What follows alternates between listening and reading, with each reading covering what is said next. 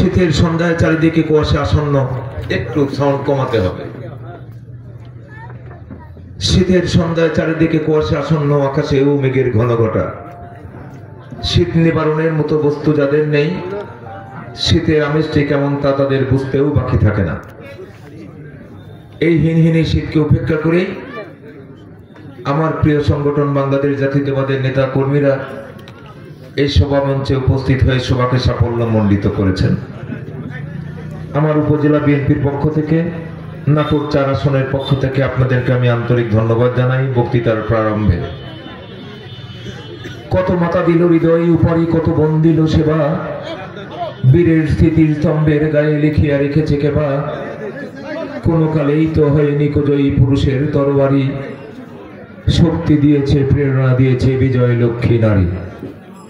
সেই নারী, সেই মহীয়সী নারী, স্বাধীনতা সার্বভৌমত্ব রক্ষার অত্যন্ত প্রহরী, আমাদের প্রিয় নেত্রী, দেশ নেত্রী, আপসীন নেত্রী, কারা নির্যাতিত নেত্রী বেগম খালেদা জিয়া বিগত 17 বছর দুর্দিনে দুঃসময় বুকে আগলে রাখা প্রিয় সংগঠন, স্বামীর হাতে গড়া সংগঠন বাংলাদেশ জাতীয়তাবাদী দল বিএনপি। সেই বিএনপি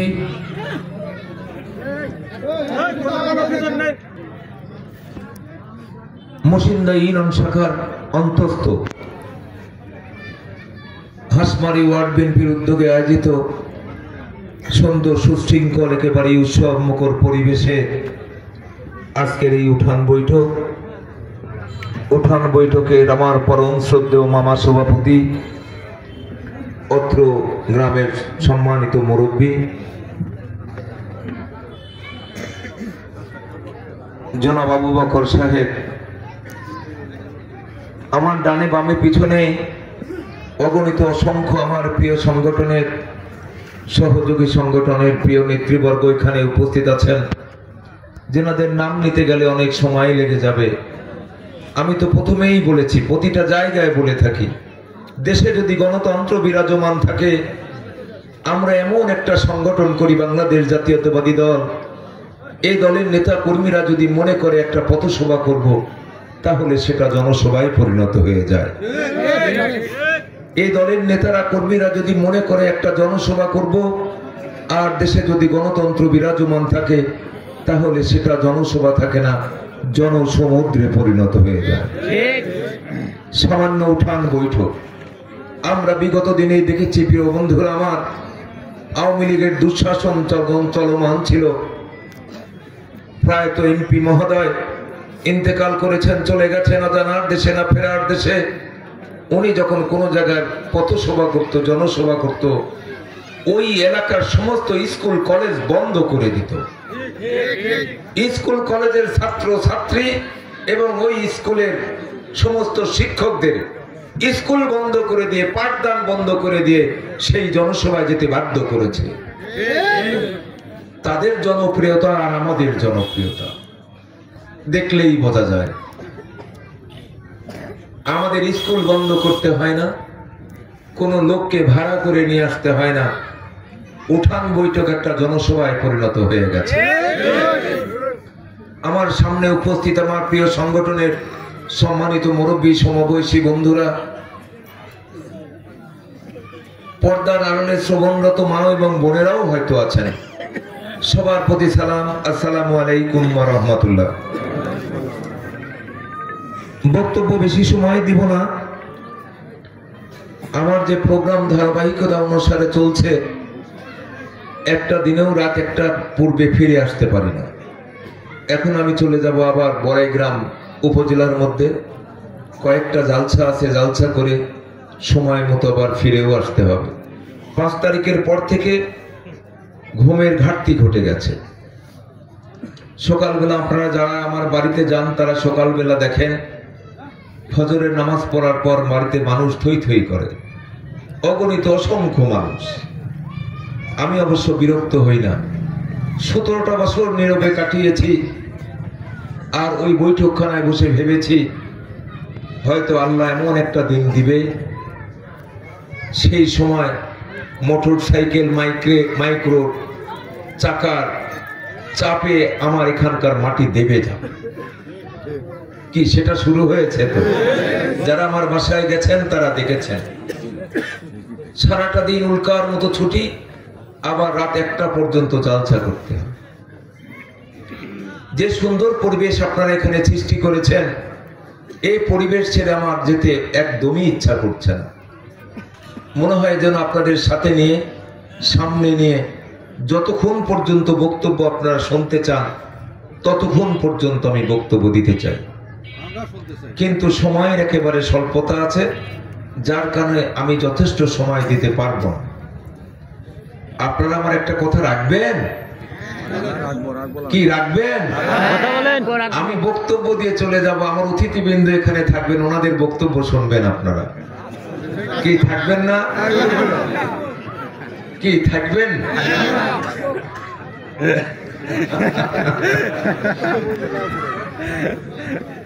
প্রিয় উপস্থিতি, দেখতে দেখতে পঞ্জিকার পাতা থেকে 17টা বছর ধরে গেছে এই ফ্যাসিস্ট সরকার, তাবেদার সরকার, এই ভোটবিহীন সরকার, নিশিরাতের সরকার অন্যায়, অত্যাচার, জুলুম, নির্যাতন করে বাংলাদেশের 18 কোটি মানুষের বুকের উপরে এক জগদ্দল পাথর চাপিয়ে দিয়েছিল। প্রিয় বন্ধুরা আমার, আমরা দেখেছি বাংলাদেশের 18 কোটি মানুষের ঘুম ভাঙত, দেশের 18 কোটি মানুষের ঘুম ভেঙে যেত রাত্রিতে দুঃস্বপ্ন দেখে। বাংলাদেশের 18 কোটি মানুষ যখন সকালবেলা কর্মজীবনে যাত্রা শুরু করত, তাদের যাত্রা শুরু হতো দুঃসংবাদ শুনে।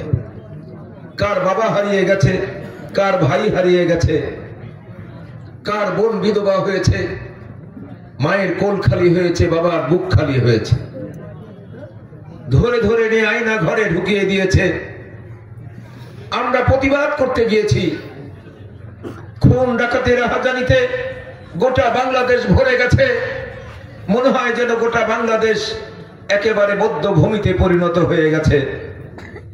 প্রতিবাদ করতে গেলেই গায়েবানা মিথ্যা মামলা, পুলিশি হয়রানি, গ্রেপ্তারি, পরোয়ানা, গোটা বাংলাদেশটা যেন মনে হয় কারাগারে পরিণত হয়ে গেছে। তারা এই অন্যায়, অত্যাচার, জুলুম, নির্যাতন করে দেশে সৃষ্টি করেছিল অস্থির, উত্তপ্ত রাজনৈতিক পরিবেশ, দুর্বল অর্থনীতি, অবক্ষয়মান সামাজিক মূল্যবোধ, সমাজের অশুভ শক্তি, সর্বগ্রাসী প্রভাব, আমলাতান্ত্রিক লালফিতার দৌরাত্ম্য, সব মিলে সুজলা সুফলা, শস্য শ্যামলা, রূপ লাবণ্যের লীলাভূমি বাংলাদেশ, শান্ত বাংলাদেশকে তারা একেবারে অশান্ত করে তুলেছিল। আমরা আন্দোলন করেছি। বাংলাদেশের মধ্যে সর্ববৃহৎ দল বাংলাদেশ জাতীয়তাবাদী দল, যে দলের নেতা কর্মী সমর্থকের সংখ্যা লক্ষ লক্ষ নয়, কোটি কোটি। বাংলাদেশের টেকনাফ থেকে তেতুলিয়া, রূপসা থেকে পাথুরিয়া পর্যন্ত বিরাজমান আছে। যখন যে মুহূর্তে ডাক দেওয়া হয়েছে, হাজার হাজার নেতা কর্মীরা রাজপথ দখল করে নিয়েছে, কিন্তু আমাদের আন্দোলন আলোর মুখ দেখেনি।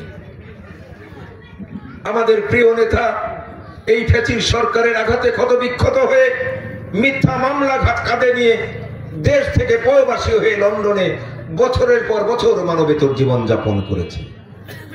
আমাদের নেতা লন্ডনে বসে যে নির্দেশিকা জারি করেছে, প্রতিটা ক্ষণ, প্রতিটা মুহূর্তে আমরা সেই নির্দেশ মেনে চলার জন্য সচেষ্ট থেকেছি, রাজপথে থেকেছি। আমরা আন্দোলন করেছি ইউনিয়ন পর্যায়ে, আমরা আন্দোলন করেছি উপজেলা পর্যায়ে, আমরা আন্দোলন করেছি জেলা এবং বিভাগীয় পর্যায়ে, আমরা সর্বশেষ আন্দোলন করেছি ঢাকা রাজধানী পর্যায়ে। এই আন্দোলন করতে প্রিয় বন্ধুরা আমার, বিএনপি তথা সমমনার সমস্ত দলের নেতা কর্মীরা, অসংখ্য নেতা কর্মীরা গুলি খেয়ে আঘাতে ক্ষতবিক্ষত হয়ে বাংলাদেশের জমিন থেকে আমাদের ছেড়ে সারা জীবনের জন্য চলে গেছে। আমরা দেশ স্বাধীন পেয়েছি, কিন্তু ওদেরকে আর কোনোদিন খুঁজে পাবো না। হারিয়ে গেছে অজানার দেশে, না ফেরার দেশে, যে দেশে মানুষ গেলে ভালো থাকে না খারাপ থাকে, কোনো খবরাদি পাওয়া যায় না, যে দেশে মানুষ একবার গেলে তার আপনজনের কাছে কোনোদিন ফিরেও আসে না। প্রিয় বন্ধুরা আমার, আমরা হতাশা হয়েছিলাম, কিন্তু বুকে আত্মবিশ্বাস ছিল। যদি লক্ষ্য থাকে অটুট আর বিশ্বাস থাকে হৃদয়ে, দেখা হবেই দেখা, এই আন্দোলনের বিজয়। সেই আন্দোলনের বিজয়ে আমাদের দেখা হয়ে গেছে 5ই আগস্ট। প্রিয় বন্ধুরা আমার, আমরা হতাশা হয়েছিলাম ঠিক, কিন্তু আত্মবিশ্বাস ছিল। মহাগ্রন্থ আল কোরআনে ঘোষণা করা হয়েছে, সীমা লঙ্ঘনকারীকে আল্লাহ পাক পছন্দ করেন না। আমরা ভাবি এক আর আল্লাহ করে আরেক। আমরা মনে করেছিলাম যে হাসিনার পতন হবে, কিন্তু আমরা মনে হয় দেখে যেতে পারবো না। আল্লাহ পাকের অশেষ মেহেরবান, কোথায় থেকে কি হয়ে গেল।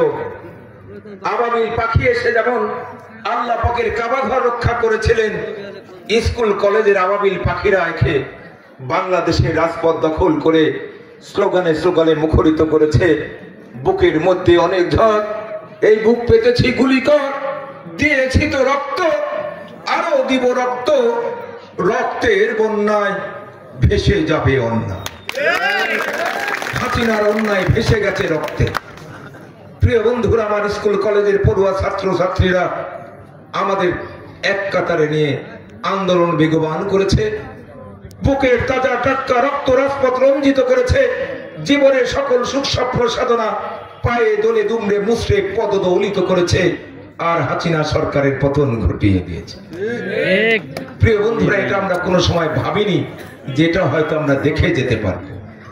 আমাদের অনেক সাথী, আমাদের অনেক মুরব্বীরা দুঃখ আক্ষেপ করে বলেছে, চেয়ারম্যান সাহেব, আমরা কি হাসিনার পতন দেখে যেতে পারবো? তারা দেখে যেতে পারেনি। অনেক মুরব্বী মারা গেছে। 17টা বছর তো কম সময় না। 17টা বছর অসহনীয় জ্বালা যন্ত্রণা ব্যথা বেদনা বুকে ধারণ করে প্রতিটা ক্ষণ প্রতিটা মুহূর্ত একেবারে মানবেতর জীবন যাপন করেছে। শুধু আমরা করিনি, আপনারাও করেছেন। যে যে স্তরের মানুষ সে সেইভাবে নির্যাতিত হয়েছে। ব্যবসা বাণিজ্য, খেতে খামারে, মৎস্য চাষে, পথ চলতে প্রতিটা জায়গায় বাধা আর বাধা। প্রিয় বন্ধুরা আমার, অবসান হয়ে গেছে। আমাদের প্রিয় নেত্রী, আমরা সারা জীবন শুনে এসেছি টিট ফর টেট। ইংরেজিতে একটা কথা আছে যে ইট মারলে নাকি পাটকেল খেতে হয়। কি শোনেন নাই? আমরা খালি শুনে এসেছি, এবার দেখার সৌভাগ্য হয়েছে। আমাদের নেত্রী 40 বছর যে বাসায় বসবাস করেছে, 40 বছরের বসবাসরত বাসা থেকে আমাদের প্রিয় নেত্রী স্বাধীনতা সার্বভৌমত্ব রক্ষার তন্ত্র প্রহরী, বাংলাদেশের 18 কোটি মানুষের 3 বারের প্রধানমন্ত্রী, যাকে আমরা আপসহীন নেত্রী বলি, যে নেত্রীকে বলা হয়েছিল মামলা তোমার উপর থেকে তুলে নেওয়া হবে, তোমাকে জেলখানায় যেতে হবে না, তুমি শুধু একটা শর্তে রাজি হয়ে যাও, তুমি কোনোদিন রাজনীতি করতে পারবে না, আর বাংলাদেশ ছেড়ে অন্য দেশে পাড়ি জমাতে হবে। আমাদের নেত্রী বলেছিলেন, না, এটা হতে পারে না। বাংলাদেশে আমার জন্ম, বাংলাদেশেই আমার হবে মরণ। বাংলাদেশের জমিনে কোটি কোটি সন্তান আমার বুকে বেঁধে রেখেছি, যাদের সঙ্গে আমার হৃদয়ের সম্পর্ক, যাদের সঙ্গে আমার আত্মিক সম্পর্ক, সেই সব লক্ষ কোটি কোটি নেতা কর্মীকে বাংলাদেশের জমিনে রেখে আমি খালেদা জিয়া পরবাসী জীবন যাপন করতে পারি না। যার কারণে মিথ্যা মামলা দিয়ে 2 কোটি টাকার মামলা দিয়েছে, মাত্র 2 কোটি টাকা। যে টাকা ব্যাংকে জমা আছে, আর 17 বছরে সেটা 8 কোটি টাকা হয়ে গেছে। এই 2 কোটি টাকার মামলা দিয়ে তাকে 10টা বছর জেলে পুরে রেখেছে। মানুষের মৌলিক অধিকার 5টি, তার মধ্যে অন্যতম হচ্ছে চিকিৎসা। আপনি যদি অসুস্থ হয়ে যান, বাংলাদেশের যে কোনো প্রান্তে আপনি যেতে পারেন চিকিৎসার জন্য। বাংলাদেশের মধ্যে যদি চিকিৎসা না হয়, পৃথিবীর যে কোনো প্রান্তে যাওয়ার অধিকার আপনার আছে। এটা আপনার মৌলিক অধিকার। আমাদের নেত্রীকে সেই মৌলিক অধিকার থেকে বঞ্চিত করে রেখেছে। কি কথা ঠিক না বেঠে? প্রিয় বন্ধুরা আমার, সেই নেত্রীকে চিকিৎসারত চিকিৎসা করতে দেয়নি। সেই নেত্রীকে 40 বছর ধরে যে বাসায় বসবাস করে, সেই বাসা থেকে 1 টাকা পুড়ে গলা ধাক্কা দিয়ে মাটি থেকে বের করে দিয়েছে। চোখের জল ফেলেছে। আমাদের নেত্রী চোখের জল দেখে বাংলাদেশে আমরা যারা বিএনপির অনুসারী নেতা কর্মীরা, হাজার হাজার লক্ষ কোটি কোটি নেতা কর্মীরা চোখের জল ফেলেছে, অভিশাপ দিয়েছি বিচার করবে আল্লাহ। কি বিচার হয়েছে? খালেদা জিয়াকে বাসা থেকে গোলা ধাক্কা দিয়ে বের করে দিয়েছে, আর হাসিনাকে আল্লাহ গোলা ধাক্কা দিয়ে বাংলাদেশের জমিন থেকে বের করে দিয়েছে। বিচার হয়ে গেছে, কিন্তু এ বিচার হলেই আমরা ক্ষান্ত হতে চাই না। প্রিয় বন্ধুরা, যারা আমাদের সন্তানদের গুলি করেছে, আমাদের আবু সাইদ বুক পেতে দিয়েছে, গুলি কর গুলি কর। আবু সাইদ কিন্তু মারা যাওয়ার জন্য, গুলি খাওয়ার জন্য কিন্তু বুক পেতে দেয়নি। আবু সাইদের বাংলাদেশের 18 কোটি মানুষের আত্মবিশ্বাস ছিল, আত্মবিশ্বাস বুকে ধারণ করে বুক পেতে দিয়েছিল পুলিশের সামনে। কারণ তার আত্মবিশ্বাস ছিল যে পুলিশ ওখানে দাঁড়িয়ে আছে, ওই পুলিশ আমার বেতনভুক্ত কর্মচারী, ওই পুলিশের কাছে যে বন্দুক আছে, ওই বন্দুক আমার টাকার কেনা, ওই বন্দুকের মধ্যে যে গুলি আছে, ও গুলি বাংলাদেশের মানুষের টাকার কেনা। আমার বেতনভুক্ত কর্মচারী, আমার টাকার কেনা বন্দুক আর আমার টাকার কেনা গুলি, আমি যতই বুক পেতে দেই না কেন, ও গুলি করতে পারে। কিন্তু গুলি তো করেছে। হাসিনার নির্দেশে পুলিশ বাহিনীকে নির্দেশ দিয়েছে গুলি চালাবে, কত মানুষ মারা যাবে এটা আমার কাছে দেখার বিষয় না। আজকে আবু সাইদের মায়ের কান্না শুরু হয়ে গেছে। একটা পরিবার থেকে যখন একটা মানুষ মারা যায়, সেই পরিবারের মানুষ কান্নাকাটি করে, শোকাভিভূত হয়। 2-4 দিন গেলে আস্তে আস্তে শোকটা থেমে যায়, কান্নাও কমে যায়। কিন্তু কোন মায়ের যখন দুঃসংবাদ ভেসে আসে তার সন্তান মারা গেছে, তা আবার গুলি খেয়ে মারা গেছে, তা আবার কোন গুলি? আমার টাকার কেনা গুলি। কোন বন্দুক থেকে গুলি করেছে? আমার টাকার কেনা বন্দুক থেকে। কে গুলি করেছে? আমার বেতনভুক্ত কর্মচারী। মায়ের কানে যখন এই সংবাদ পৌঁছে গেছে, মা তখন ডুকরে ডুকরে কাঁদতে শুরু করেছে। ওই যে আবু সাইদের মা কান্না শুরু হয়ে গেছে, এই আবু সাইদের মায়ের কান্না শেষ হবে আবু সাইদের মায়ের মৃত্যুর মধ্যে দিয়ে। আমরা ভুলে গেছি, হয়তো এক সময় বাংলাদেশের অধিকাংশ মানুষ ভুলে যাবে, কিন্তু আবু সাইদের মা যতদিন বেঁচে থাকবে ততদিন পর্যন্ত ডুকরে ডুকরে কাঁদবে। আমার ঘরের ওয়ালের সঙ্গে, আমি যে রুমটায় শুয়ে থাকি, ওয়ালের সঙ্গে আমার চাচার বাসা। আমার চাচার তাজা তাগড়া একটা সন্তান মারা গেল হঠাৎ করে, গ্যাস ফর্ম করে। তা প্রায় 17-18 বছর হয়ে গেছে। এখনো হঠাৎ করে রাত্রিতে, রাতের গভীরে ঝিঝি পোকার ডাক ছাড়া কোনো কিছুই, কোনো শব্দই কর্ণ কোহরে আসে না। ঠিক সেই সময় হঠাৎ করে ভেসে আসে কান্নার আওয়াজ। পরিবারকে জিজ্ঞাসা করি, এত গভীর রজনীতে কাকে কাঁদছে? বলে ওই তো চাচিমা কাঁদছে। সন্তানের কথা মনে পড়ে গেছে, রাত্রিতে গভীর রজনীতে একা একা ডুকরে ডুকরে কাঁদছে। এটাই তো মা। এরকম মায়ের বুক, কত হাজার হাজার মায়ের বুকে হাসিনা খালি করেছে। মায়ের বুক খালি করেছে, বাবার কোল খালি করেছে, হাজার হাজার বোনকে তারা বিধবা করেছে। আমাদের টাকার কেনা বন্দুক, আমাদের টাকার কেনা গুলি, আমাদের টাকার কেনা হেলিকপ্টার, উপর থেকে গ্যাস ছেড়েছে, গরম পানি ঢেলে দিয়েছে। সুমারিতে দেখলাম 520 জন বাংলাদেশে এই যুদ্ধে গিয়ে সারা জীবনের জন্য অন্ধ হয়ে গেছে। বাংলাদেশ স্বাধীন হয়েছে, বাংলাদেশের 18 কোটি মানুষ আনন্দে উদ্বেলিত হয়ে গেছে, কিন্তু যারা অন্ধ হয়ে গেছে তারা সুজলা সুফলা শস্য শ্যামলা রূপ লাবণ্যের লীলাভূমি বাংলাদেশকে কোনোদিন আর দেখতে পাবে না। তাদের বাবা মা, আত্মীয়, পরিবার পরিজন, পাড়া প্রতিবেশী, এলাকাবাসী, বাংলাদেশের 18 কোটি মানুষকে তারা আর কোনোদিন দেখতে পাবে না। যে কথা বলতে চাচ্ছিলাম, আবু সাইদের মায়ের কান্না আর কোনোদিন থামবে না। যারা অন্ধ হয়ে গেছে তারা কোনোদিন আর দৃষ্টি শক্তি ফিরে পাবে না। কিন্তু আমাদের তো সান্ত্বনা নেওয়া দরকার, নাকি? হাসিনা তুমি কোথায়? পৃথিবীর মধ্যে 228টা দেশ আছে, আমরা বাংলাদেশ ব্যতী রেখে 227টা দেশের কাছে আমাদের একটা মাত্র দাবি, আমরা রক্ত দিয়েছি, জীবন দিয়েছি, রক্ত আরো দিব, জীবন আরো দিব। হাসিনাকে আমরা দেশে ফিরে নিয়ে আসতে চাই। হাসিনাকে আসামির কাঠগড়ায় দাঁড় করিয়ে বাংলাদেশের আইনি আদালতে ওই মানুষটাকে ফাঁসি কাস্টে না জড়ানো পর্যন্ত আবু সাইদের মায়ের কান্না থামবে না। তাই আপনারা মনে করেছেন আন্দোলন থেমে গেছে, না, আন্দোলন থামেনি প্রিয় বন্ধুরা। আমরা মনে করেছিলাম যারা আমাদের সন্তানদের গুলি করেছে, মায়ের বুক খালি করেছে, বাবার কোল খালি করেছে, বোনকে বিধবা করেছে, যারা বাংলাদেশের সমস্ত অর্থ সম্পদ লুটপাট করে নিয়ে বেগম পাড়ায় বাড়ি করেছে, আমেরিকা অসংখ্য বিল্ডিং করেছে, বাড়ি করেছে, সমস্ত অর্থ সম্পদ নিয়ে বাংলাদেশটা অর্থনৈতিক দিক দিয়ে একেবারে তলাবিহীন ঝুড়িতে পরিণত করে দিয়েছে, তাদেরকে একটা একটা করে ধরে ধরে এই অন্তর্বর্তীকালীন সরকার বিচারের কাঠগড়া দান করিয়ে বিচার ব্যবস্থা নেবে। কিন্তু তা কি হচ্ছে? তা তো হচ্ছে না। দেখতে দেখতে পঞ্জিকার পাতা থেকে 5টা মাস অতিক্রান্ত হয়ে গেছে। 5টা মাস কিন্তু কম সময় নয়, অর্ধ বছর অতিক্রান্ত হয়ে গেছে। কয়টা আওয়ামী লীগের নেতাকে ধরেছে, আর হাসিনা সহ কয়টা নেতা দেশ থেকে পালিয়ে গেছে? সবগুলো পালিয়ে যায়নি, সবগুলো নেতা কর্মী বাংলাদেশের মধ্যে ইঁদুরের গর্তের মধ্যে তারা পালিয়ে আছে। অন্তর্বর্তীকালীন সরকারের অধীনে যত প্রশাসন আছে সমস্ত প্রশাসন আওয়ামী লীগের হাতে করা, এরা এদের বিচার করবে না। কিন্তু আমরা শপথ নিব এদের বিচারের কাঠগড়ায় না দাঁড় করানো পর্যন্ত আমাদের আন্দোলনও থামবে না।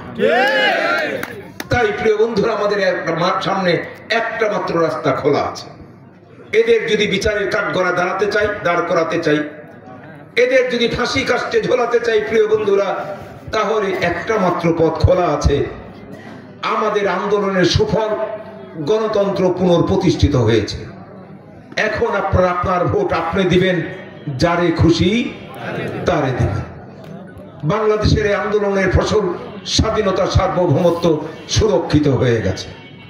আমাদের আন্দোলনের ফসল এক সাগর রক্তের বিনিময়ে কেনা আমাদের লাল সবুজের পতাকা, আমাদের হৃৎপিণ্ড, আমাদের পরিচিতি গোটা বাংলাদেশের জমিনে নয়, গোটা পৃথিবীর জমিনে আপনি যে দেশেই লাল সবুজের পতাকা নিয়ে যান না কেন, আপনাকে বলবে এটা বাংলাদেশ। কি কথা ঠিক না ঠিক? আমাদের পরিচিতি, আমাদের অহংকার। আমরা যখন টেলিভিশনের পর্দার দিকে তাকাই, জাতিসংঘের পৃথিবীতে যত দেশ আছে প্রত্যেকটা দেশের পতাকা ওখানে লাইনচ্যুত হয়ে একেবারে লাইনবদ্ধ হয়ে পথ করে উঠছে। টেলিভিশনের পর্দায় যখন দেখি একটা একটা করে পর্দার দিক থেকে ওই পতাকা সরে যাচ্ছে, কোন পতাকা দেখলে আমাদের শিহরণ জাগে না। যখন আমরা দেখি আমাদের চোখের সামনে ভেসে আসে আমাদের এক সাগর রক্তের বিনিময়ে কিনা লাল সবুজের পতাকা, ওই পতাকা দেখলেই গর্বে বুক ভরে যায়। আমাদের পরিচিতি, আমাদের হৃৎপিণ্ড, আমাদের কলিজা, সেই পতাকা আমরা মনে করেছিলাম যে কোনো সময় বাংলাদেশের জমিনে ভুলণ্ঠিত হয়ে যেতে পারে। আমাদের আন্দোলনের ফসল এখন বাংলাদেশের জমিনে এই লাল সবুজের পতাকা পথ করে উঠবে, এটা সুরক্ষিত হয়ে গেছে।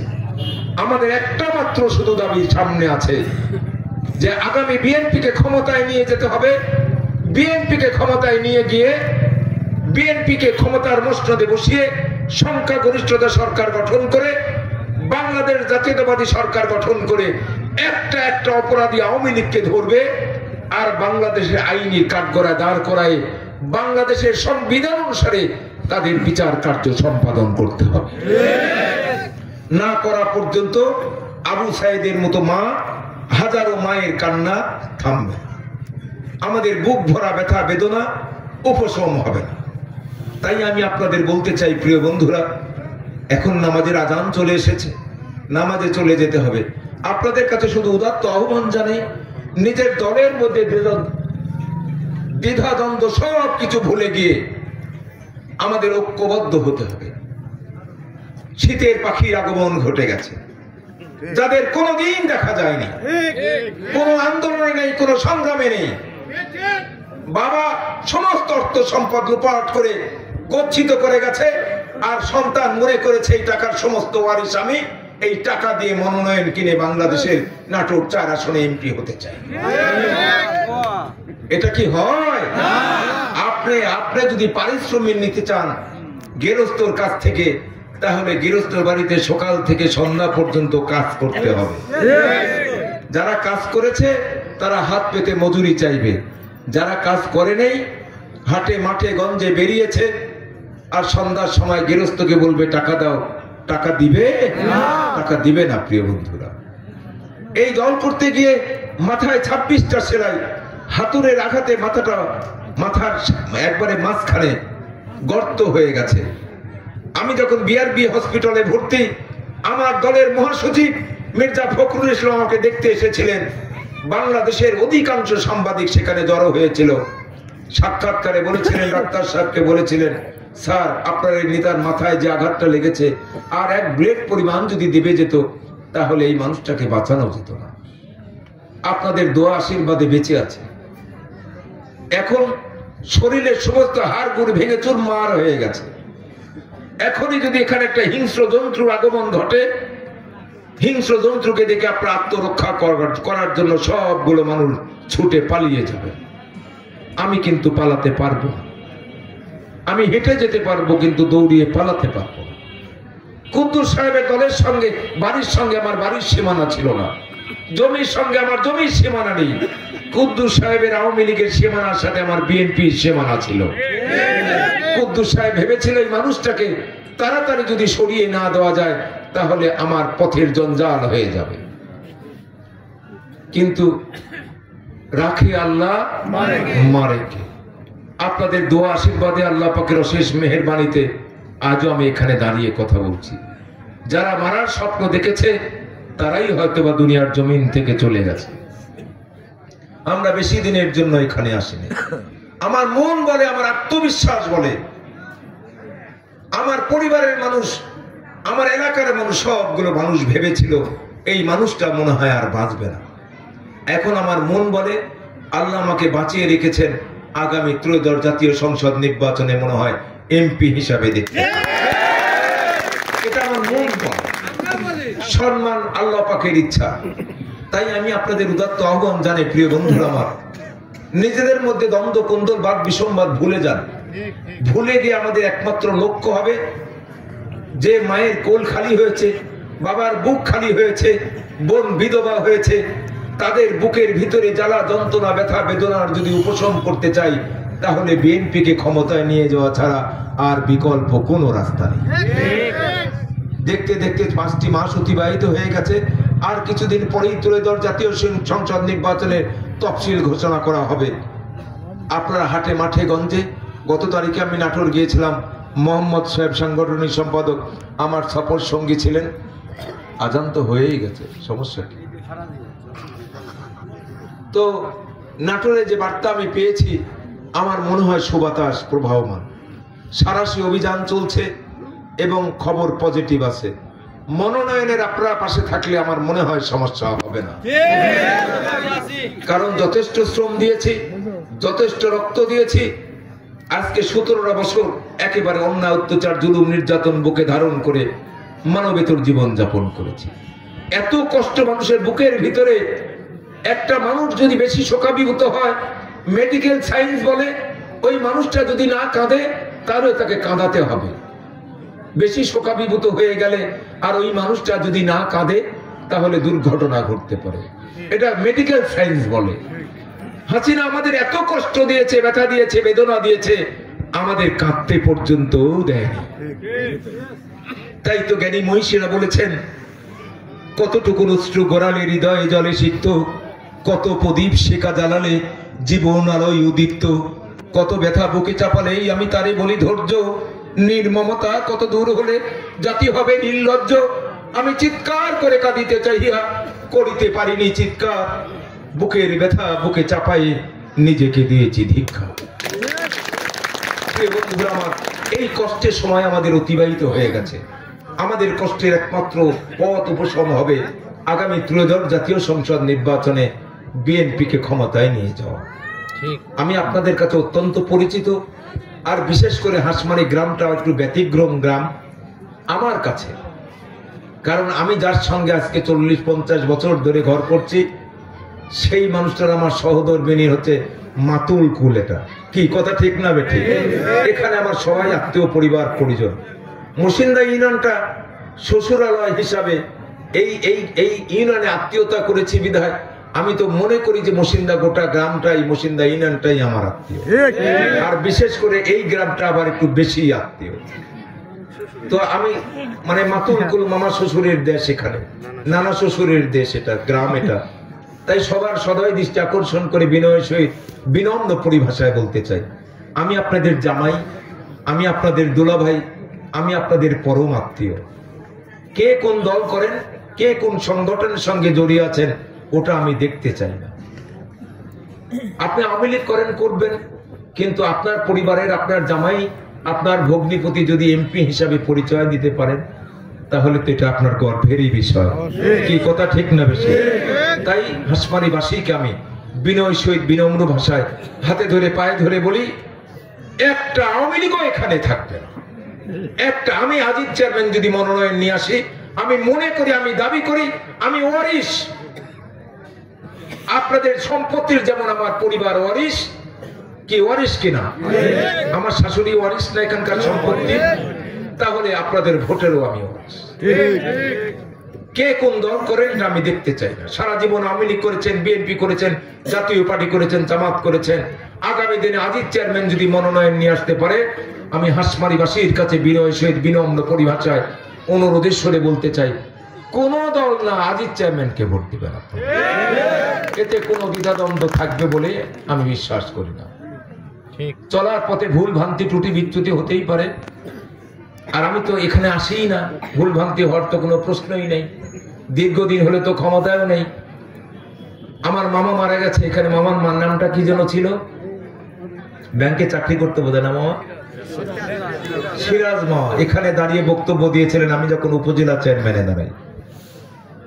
আমার জামাইকে সবাই আপনারা ভোট দিয়ে, ওই পরিভাষায় যেন প্রত্যেকটা পরিবার, হাসমারির প্রত্যেকটা পরিবার যেন বলে, এটা আমাদের জামাই, জামাইকে ভোট দিতে হবে।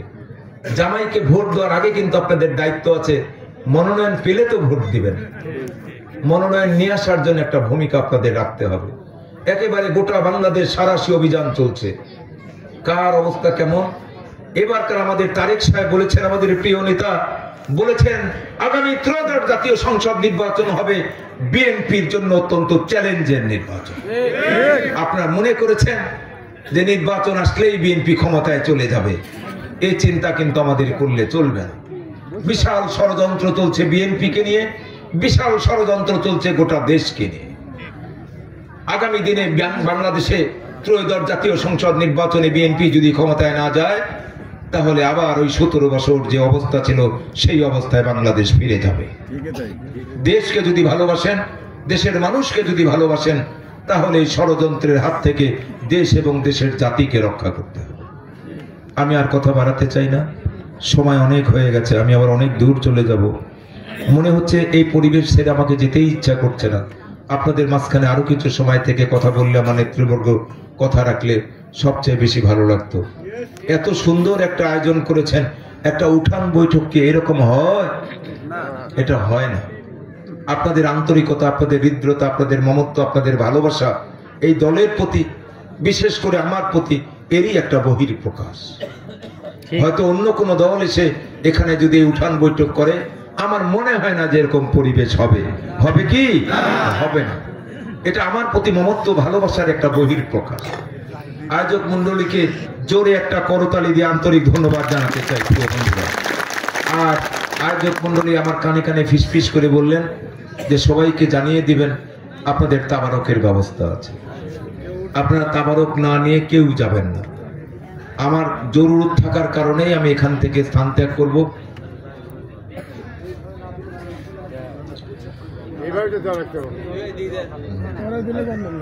যে নেতারা এই বৈষম্য বিরোধী আন্দোলনে ঢাকা থেকে, আমি তখন ঢাকা ছিলাম, যুদ্ধ হয়েছে, যুদ্ধে শরীক হয়ে যুদ্ধ করেছে, তাদের এই কর্মের ফসল আজকে আমরা স্বাধীনভাবে জীবনযাপন করছি। 5ই আগস্ট দেশ স্বাধীন হয়েছে। আমাদের দুই নেতা আপনাদের ঢাকা বাংলা কলেজে লেখাপড়া করেন, ওখানে ছাত্রদল গঠিত হয়েছে।